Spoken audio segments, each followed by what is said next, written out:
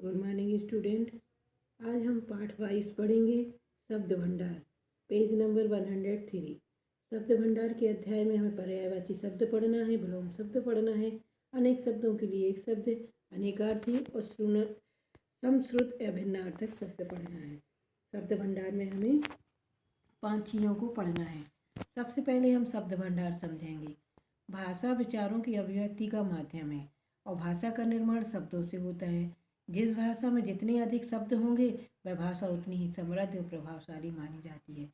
भाषा में प्रचलित समस्त शब्द मिलकर उसका शब्द भंडार बनते हैं। भाषा में दक्षता और कुशलता प्राप्त करने के लिए शब्दों का अधिक से अधिक ज्ञान होना आवश्यक है। इसके लिए पाठ्य पुस्तकों के अतिरिक्त पत्र पत्रिकाओं का अध्ययन करते रहना चाहिए। यदि किसी शब्द का अर्थ समझने में कठिनाई हो तो शब्दकोश की सहायता लेनी चाहिए।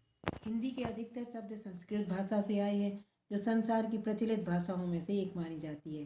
हिंदी का शब्द भंडार बहुत विशाल है। इस अध्याय में हम निम्नलिखित आधारों पर शब्दों का ज्ञान प्राप्त करेंगे। अब क्या है, सबसे पहले शब्द भंडार में क्या बताया गया कि भाषा विचारों की अभिव्यक्ति का माध्यम है। भाषा के विचार बिना हम अपने विचारों को एक दूसरे के सामने व्यक्त नहीं कर सकते और भाषा का निर्माण शब्दों से होता है। जिस भाषा में जितने अधिक शब्द होंगे वह भाषा उतनी ही समृद्ध और प्रभावशाली मानी जाती है। और भाषा में प्रचलित शब्द मिलकर शब्द भंडार बनते हैं। अब हमें क्या है, हिंदी की भाषा के जो अधिकतर शब्द हैं वो संस्कृत भाषा से आए हैं और हमारी जो भाषा है हिंदी भाषा वो बहुत समृद्ध है, विशाल है, जो समस्त भाषाओं में से एक मानी जाती है। और उसमें हमें क्या करेंगे, हम पर्यायवाची शब्द पढ़ना है। सबसे पहले हम पर्यायवाची शब्द देखेंगे। पर्यायवाची शब्द वे होते हैं जो एक जैसा अर्थ देते हैं, इसलिए उन्हें समानार्थक या समानार्थी शब्द भी कहते हैं। अब इसको क्या कहते हैं, पर्यायवाची शब्द को समानार्थी या समानार्थक शब्द भी कहते हैं। अब हम इसकी छोटी सी डेफिनेशन देखेंगे। जो शब्द लगभग समान अर्थ प्रकट करते हैं उन्हें पर्यायवाची या समानार्थक या समानार्थी शब्द कहते हैं। ये शब्द अर्थ में लगभग समान होते हैं, लेकिन इनमें सूक्ष्म अंतर होता है। क्या होता है, छोटा सा अंतर। सूक्ष्म का अर्थ होता है छोटा। जैसे जल और नीर दोनों ही पानी के पर्यायवाची हैं, किंतु जल कहने से जो स्वच्छता और पवित्र का बोध होता है, नीर कहने से नहीं होता। इस प्रकार अब हमें बहुत सारे पर्यायवाची शब्द दिए गए हैं। जैसे एक से लेकर 60 तक दिए गए, 1 से लेकर 60 तक। अब आप इनको रीड करना, सब पर्यायवाची शब्दों को, और इनमें से आपको सभी को रीड करना है, पढ़ना है और समझना है। अब हम आएंगे विलोम शब्द पर। कुछ शब्द ऐसे होते हैं जो एक दूसरे का उल्टा अर्थ देते। अभी हमने पर्यायवाची शब्द पढ़े तो क्या है, जो एक ही शब्द के क्या करते हैं पर्यायवाची की परिभाषा में, जो लगभग समान अर्थ प्रकट करते हैं वो पर्यायवाची शब्द कहलाते हैं। और जो कुछ शब्द ऐसे होते हैं जो एक दूसरे का उल्टा अर्थ देते हैं तो उन्हें हम क्या कहते हैं, विलोम शब्द कहते हैं। किसी शब्द का उल्टा अर्थ बताने वाले शब्द विलोम या विपरार्थक शब्द कहलाते हैं। किसी शब्द का विलोम लिखते समय ध्यान रखना चाहिए कि तत्सम शब्द का विलोम तत्सम शब्द और तद्भव शब्द का विलोम तद्भव में ही लिखा जाना चाहिए। उदाहरण के लिए अग्नि का विलोम लिखना हो तो जल में जल ही लिखना चाहिए, पानी लिखना उचित नहीं माना जाता है। अब हमें क्या है, हमारे अधिकतर जो शब्द हिंदी के जो शब्द हैं वो संस्कृत भाषा से आए हैं और संस्कृत भाषा में हमने शब्द के भंडार में हमें पढ़ना है कि तत्सम शब्द भी होते हैं और तद्भव शब्द भी होते हैं। तो यदि तत्सम शब्द का विलोम तत्सम शब्द में और तद्भव शब्द का विलोम तद्भव शब्द में लिखना है। अब इसमें भी हमें पर्यायवाची की तरह बहुत सारे विलोम शब्द दिए गए हैं, आपको इन सबको रीड करना है पेज नंबर 105 पर और 106 पर। अब हम आएंगे पेज नंबर 107 पर। अनेक शब्दों के लिए एक शब्द। अभी हमने पर्यायवाची पढ़े, विलोम पढ़े, अब हम अनेक शब्दों के लिए एक शब्द पढ़ेंगे।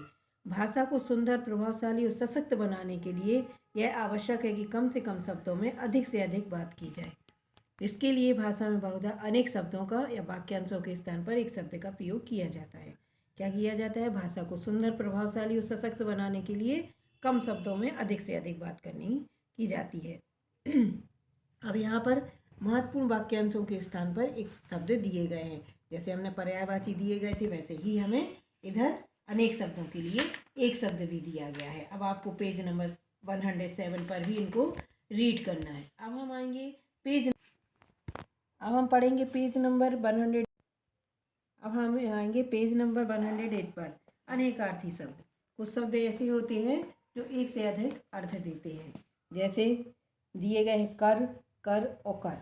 कर, एक कर का अर्थ होता है हाथ, एक कर का होता है किरण और एक कर का होता है हाथी की सूंड। क्या है, कर शब्द तो एक ही है लेकिन उसके क्या है, अर्थ अनेक है, तो क्या हो जाएगा ये अनेकार्थी शब्द।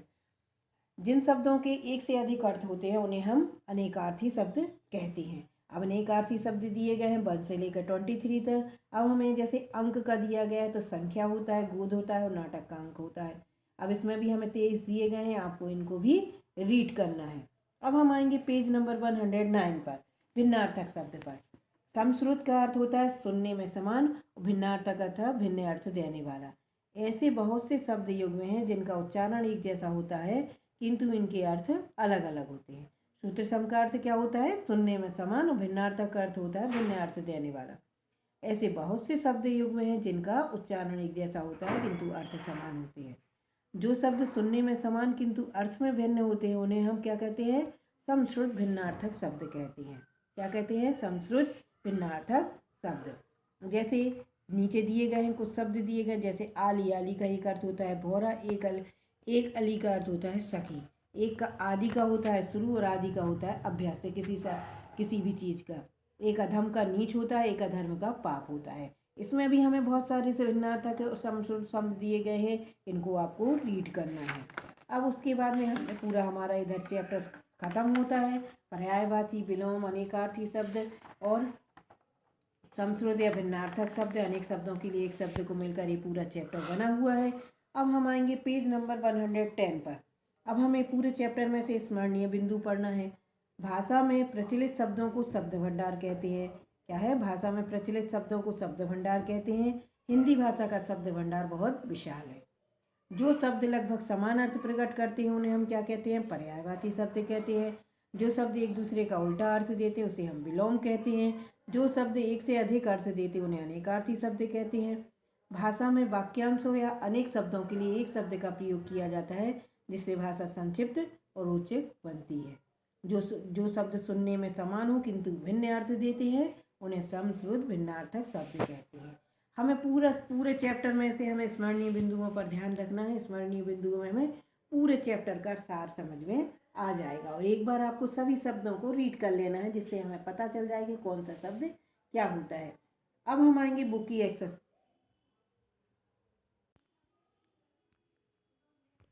अब हम आएंगे बुक की एक्सरसाइज पर। अब हमें जितने प्रश्न दिए गए हैं उनके उत्तर हमें स्मरणीय बिंदुओं में मिल जाएंगे।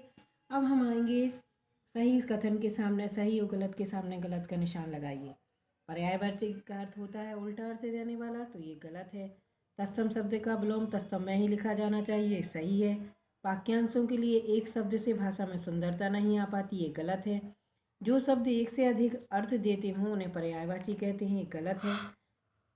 समश्रुत भिन्नार्थक शब्द सुनने में समान लगते हैं, ये सही है। पहला वाला गलत है, दूसरा सही है, तीसरा गलत है, चौथा गलत है और पांचवा सही है। अब हम आएंगे दिए गए शब्दों के दो दो पर्यायवाची लिखेंगे। यदि हम अपनी जो हमने अभी बुक में पढ़ा है, जो चैप्टर में समझा है, यदि आप वो नहीं पढ़े तो आप इतना ही आप परीक्षा के लिए कर सकते हैं।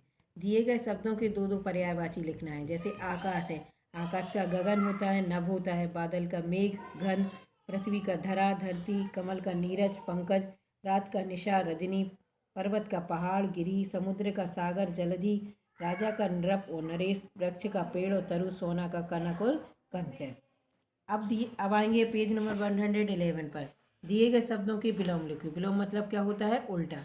तो क्या है, अमृत का विष, धूप का छाँव, उदय का अस्त, आस्तिक का नास्तिक, उधार का नगद, आयात का निर्यात, नूतन का प्राचीन, दयालु का निर्दयी, साक्षर का निरक्षर, इच्छा अनिच्छा, सज्जन दुर्जन, न्याय अन्याय, दाता याचक, सत्य असत, प्रागमन प्रस्थान।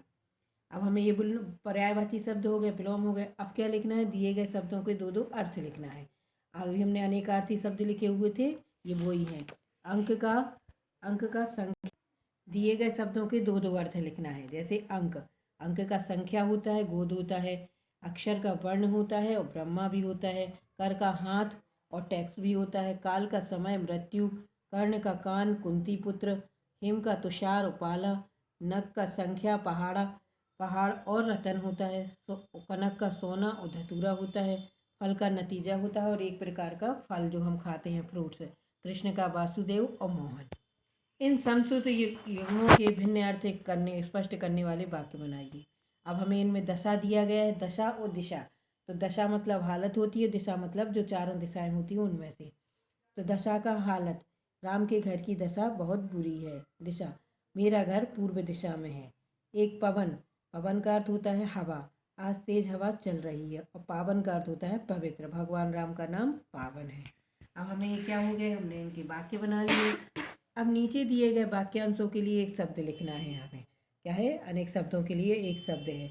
जो कभी ना मरे वो अमर, जो पढ़ा लिखा हो साक्षर, दूर की सोचने वाला दूरदर्शी, रक्षा करने वाला रक्षक, जिसका कोई अंत ना हो अनंत, माहिक में एक बार होने वाला मासिक, कुछ क्षण के लिए हो क्षणिक, जिसका ईश्वर में विश्वास हो आस्तिक, जो किए गए उपकार को माने कृतज्ञ, जिसका कोई शत्रु ना हो अज्ञात शत्रु, हाथ से लिखी हुई रचना पांडुलिपि, जो ऊपर कहा गया हो वो उपर्युक्त।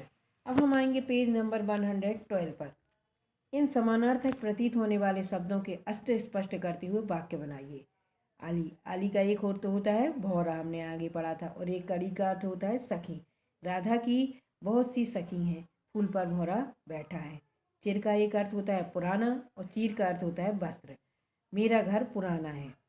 वस्त्र, कृष्ण के वस्त्र बहुत सुंदर हैं। पत्नी का एक अर्थ होता है अर्धांगिनी, स्त्री का अर्थ होता है नारी। सीता राम की अर्धांगिनी है। नारी, आज की नारी बहुत पढ़ी लिखी है। कपट, कपट का एक छल होता है, और कपाड़ का अर्थ होता है किवाड़।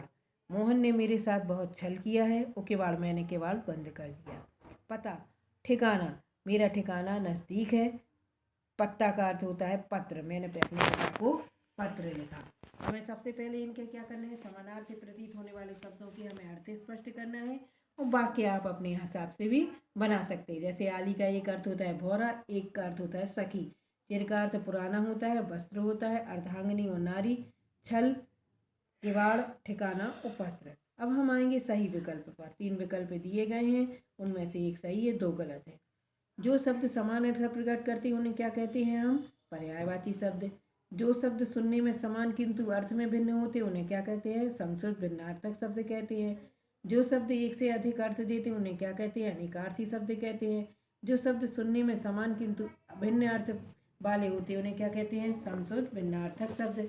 आम एक फल है जिसका कोई दूसरा अर्थ क्या है, तो इसका आम का एक अर्थ होता है सामान्य। पहले वाले में दूसरा सही है, दूसरे वाले में दूसरा सही है, तीसरे वाले में तीसरा सही है, चौथे वाले में पहला सही है, और 5वें वाले में भी पहला सही है। अब हमारा ये चैप्टर शब्द भंडार वाला चैप्टर कंप्लीट हुआ। अब हम अगले वीडियो में मिलेंगे। यदि आपको कोई परेशानी हो तो आप हमसे पूछ सकते हैं।